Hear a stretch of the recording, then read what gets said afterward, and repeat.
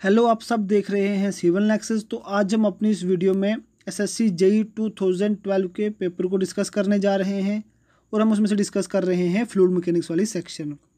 तो जो सबसे पहला क्वेश्चन पूछा गया था फ्लूइड मैकेनिक्स में, which of the following is not a non dimensional parameter. अब हमें बताना है कि इन ऑप्शंस में से कौन सा ऐसा पैरामीटर है जो नॉन डायमेंशनल नहीं है। मीन के इसका मतलब है कि इन चारों में से हमें वो ऑप्शन ढूंढना है जिसकी डायमेंशंस होंगी। Option A is Chezy's coefficient, option B is Darcy's Weisbach friction factor, option C is Froude number and the option D is Mach's number. अब जो ये दो वाले हैं, ये दो तो डायमेंशनलेस नंबर्स की कैटेगरी में आते हैं, ये डायमेंशनलेस हैं। अब जो फ्रिक्शन फैक्टर होता है ये भी डायमेंशनलेस होता है, तो बच जाता है Chezy's coefficient. Therefore option A is correct. अब कई बार क्वेश्चंस में पूछा जाता है कि चीज़ कोफिशिएंट की आप डायमेंशंस बताओ क्या आएंगी, तो याद रख लेनी है चीज़ कोफिशिएंट की डायमेंशंस होंगी L1/2 और T-1। ये याद रख लेना है क्योंकि L1/2 T-1 ये कई बार एग्जाम्स में पूछा जाता है कि चीज़ कोफिशिएंट की जो डायमेंशंस हैं वो बताओ आप। वो क्या है? L⁻1/2 T⁻⁻1। And the next question is the characteristic of an ideal fluid is. Option A is one which satisfy continuity equation, option B is one which flows with least friction, option C is one which obeys Newton's law of viscosity and the option D is frictionless and incompressible. अब जो ideal fluid होता है वो frictionless भी होता है और वो इनकम्प्रेसिबल भी होता है। Therefore option D is correct. And the next question is the discharge through a rectangular orifice is given by the expression as indicated below. अब हमें डिस्चार्ज बताना है थ्रू रेक्टेंगुलर ओरिफाइस। अब हमें बताना है कि रेक्टेंगुलर ओरिफाइस में से जो डिस्चार्ज होता है वो किस इक्वेशन से दिया जाता है। अब हमें फार्मूला पता है Q is equal to 2/3 CD L√2G H⁻3/2। तो अब जब हम ऑप्शंस में से देखेंगे, जो ऑप्शंस डी है 2/3 CD B √2G H⁻3/2, तो जो ऑप्शन डी है वो बिल्कुल करेक्ट है क्योंकि यहाँ पर एच की कोई भी पावर नहीं है। एच की पावर यहाँ पर 1 है, यहाँ पर एच की पावर 2 है और यहाँ पर एच की पावर 1/2 है। तो हमें याद रखना है कि रेक्टेंगुलर की केस में जो एच की पावर होगी वो 3/2 होगी। और एक तो ट्रेपेजॉइडल के केस में क्या आएगी तो हम बाद में देखेंगे। Therefore option D is correct. And the next question is the ratio of specific weight of a liquid. अब specific weight of liquid to the specific weight of pure water. अब हमें प्योर वाटर का specific weight, अब हमें बताना है कि इस रेशो को एट स्टैंडर्ड टेम्परेचर इसको क्या कहा जाता है। Option A is compressibility of liquid, option B is surface tension of liquid, option C is density of liquid and the option D is specific gravity of liquid. तो इसे कहा जाता है specific gravity of liquid.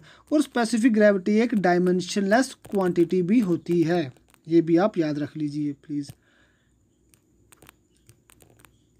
And the next question is in the Bernoulli's equation written as P/R + V²/2G + Z is equal to constant, each of the term represents energy per unit. Option A is weight, option B is length of flow, option C is mass and the option D is volume. तो हमें याद रख लेना है कि जो Bernoulli's equation होगी वो उसमें एनर्जी उसको रिप्रेजेंट किया जाएगा as energy per unit weight. Therefore option A is correct. And the next question is the term alternate depth in open channel flow refers to the. अब हमें अल्टरनेट डेप्थ के बारे में बताना है कि ओपन चैनल में क्या होती है। Option A is depths having the same specific energy for a given discharge. Option B is depths before and after the passage of the surge. Option C is depths having the same kinetic energy for a given discharge. Option C is depth on either side of a hydraulic jump. अब हमें जो specific energy curve थी जब हम draw करते हैं तो वो कुछ इस तरह से आती है स्पेसिफिक एनर्जी कर्व। तो जो यहाँ पर जो डेप्थ होती हैं, जैसे कि ये आ गई क्रिटिकल डेप्थ, यहाँ पर जो डेप्थ होती है इन्हें कहा जाता है अल्टरनेट डेप्थ। अब जो अल्टरनेट डेप्थ पे जो स्पेसिफिक एनर्जी होती है, तो स्पेसिफिक एनर्जी अलॉन्ग हम एक्स एक्सिस प्लॉट करते हैं और वाई एक्सिस के अलॉन्ग हम डेप्थ प्लॉट करते हैं इन case of specific energy curve. तो जो अल्टरनेट डेप्थ होती हैं, अल्टरनेट डेप्थ पे जो स्पेसिफिक एनर्जी होती है वो बिल्कुल इक्वल रहती है। ये हम स्पेसिफिक एनर्जी कर्व से देख सकते हैं। Therefore option A depths having the same specific energy for a given discharge is correct. And the next question is, the length of a pipe is 1000 meter and its diameter is 20 centimeter. If the diameter of an equivalent pipe is 40 centimeter, then its length is. अब हमें इस question में length of an equivalent pipe निकालनी है। तो equivalent pipe की length निकालने का जनरल फार्मूला क्या आ जाएगा, ln अपॉन dn की पावर 5। इसे हम कहते हैं डुपिट्स इक्वेशन। तो इक्विवेलेंट पाइप के क्वेश्चन सारे इसी के ऊपर बेस्ड हैं। तो चलिए अब हम क्वेश्चन करते हैं। Length of a pipe L is equal to 1000 metre and its diameter, और जो डायामीटर है पाइप का वो कितना है 20 centimetre. If the diameter of an equivalent pipe, अब जो इक्विवेलेंट पाइप का डायमीटर उसको नोट करेंगे DE के साथ, वो कितना दिया है 40 सेंटीमीटर। अब हम अपना फार्मूला लगाएंगे इक्विवेलेंट पाइप का, वो क्या आ जाएगा LE अपॉन DE की power 5 is equal to L upon D की पावर 5। और जो हमें इक्विवेलेंट लेंथ हमें निकालनी है तो ये हम ऐसे ही रखेंगे, और उसके बाद जो diameter of an equivalent pipe दी उसका हमने पावर 5 करनी है। तो यहाँ पे 40 सेंटीमीटर है, जो आंसर है हमारे पास वो मीटर में आ रहा है। तो हम diameter of an equivalent pipe को कन्वर्ट करेंगे मीटर में, वो आ जाएगा 40/100 करके, तो बनेगा 0.4 की पावर 5 इज इक्वल टू। अब हमें लेंथ ऑफ पाइप डालनी है यहाँ पर, तो वो 1000 मीटर दिया गया है, 1000 लगा देते हैं हम यहाँ पर, अपॉन डायमीटर ऑफ पाइप की पावर 5। अब जो डाया ऑफ पाइप दिया गया है वो क्या है 20 सेंटीमीटर। हम इसे कन्वर्ट कर देंगे मीटर में, तो आ जाएगा 0.2 की पावर 5। हमें निकालनी है equivalent length. Equivalent length is equal to 1000 into 0.4 की पावर 5 अपॉन 0.2 की पावर 5। तो जब हम इसे सॉल्व करेंगे तो हमारे पास आंसर आ जाएगा 32,000 metre. Therefore option B is correct. And the next question is, in series pipe problems option A is the discharge is same through each pipe. Option B is the discharge through each pipe is added to obtain total discharge.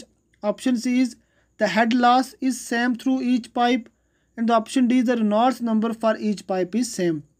अब हमें याद रखना है कि जब भी कभी series pipe problem आए, जब भी कभी पाइप सीरीज में होंगी तो जो डिस्चार्ज होगा वो सेम होगा। In case of pipes in series, तो जो डिस्चार्ज होगा through each pipe is same. और जब भी कभी पाइप्स पैरेलल में होंगी then head loss is same. तो अब हमें यहाँ पर पाइप जो है वो सीरीज में है, तो इसका मतलब जो डिस्चार्ज होगा is same through each pipe. Therefore option A is correct.